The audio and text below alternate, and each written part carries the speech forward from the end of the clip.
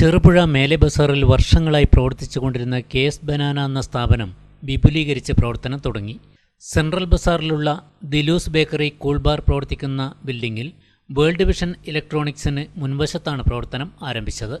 നല്ല ഇനം ഇറച്ചിക്കോഴികൾ, താറാവ്, കാട എന്നിവ മൊത്തമായും ചില്ലറയായും വിൽപ്പന നടത്തുന്ന സ്ഥാപനത്തിൽ ചിക്കൻ, പോത്ത്, ആടിറച്ചിയും പോട്ടി, എല്ല് എന്നിവയും പഴം, മുട്ട, മസാലകൾ എന്നിവയും വിൽപ്പനയ്ക്ക് തയ്യാറാണെന്ന് സ്ഥാപന മാനേജർ സജി അറിയിച്ചു.